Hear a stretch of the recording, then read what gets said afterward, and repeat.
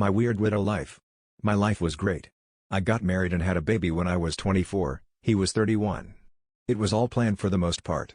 We had a good, healthy relationship. We were happily married for 9.5 years.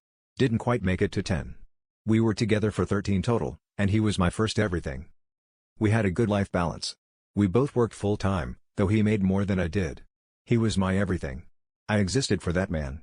I loved him completely, till death do us part. He had a stroke. He was 40. He had super high blood pressure that caused a brain bleed. He spent a month in the ICU. Thank God I don't believe in that we were married because it was a Catholic hospital, and the medical staff shared everything with his family without my consent. After talking to the doctors, I made the decision to pull the plug.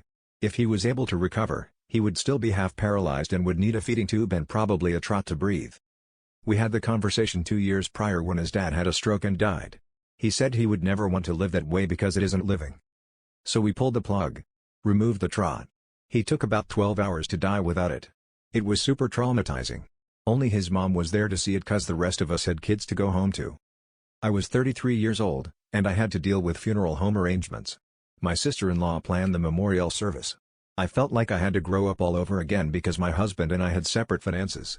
All of our accounts were in his name. I had to figure shit out and it was hard. I managed. My dog helped me cope. He was my husband's dog, service dog for 1.5 years, but he is my baby now, sleeps in my bed and I take him for walks almost every day. I love him so much it might not be healthy. I also started dating about 6 months after my husband died. I was not looking for a relationship, and I know the timeliness looks bad. It was a high school friend that I hadn't seen or spoken to since we graduated. He said he had been reaching out to old connections. We chatted a lot on Facebook Messenger before deciding to meet up. We met up to walk our dogs together, and really hit it off.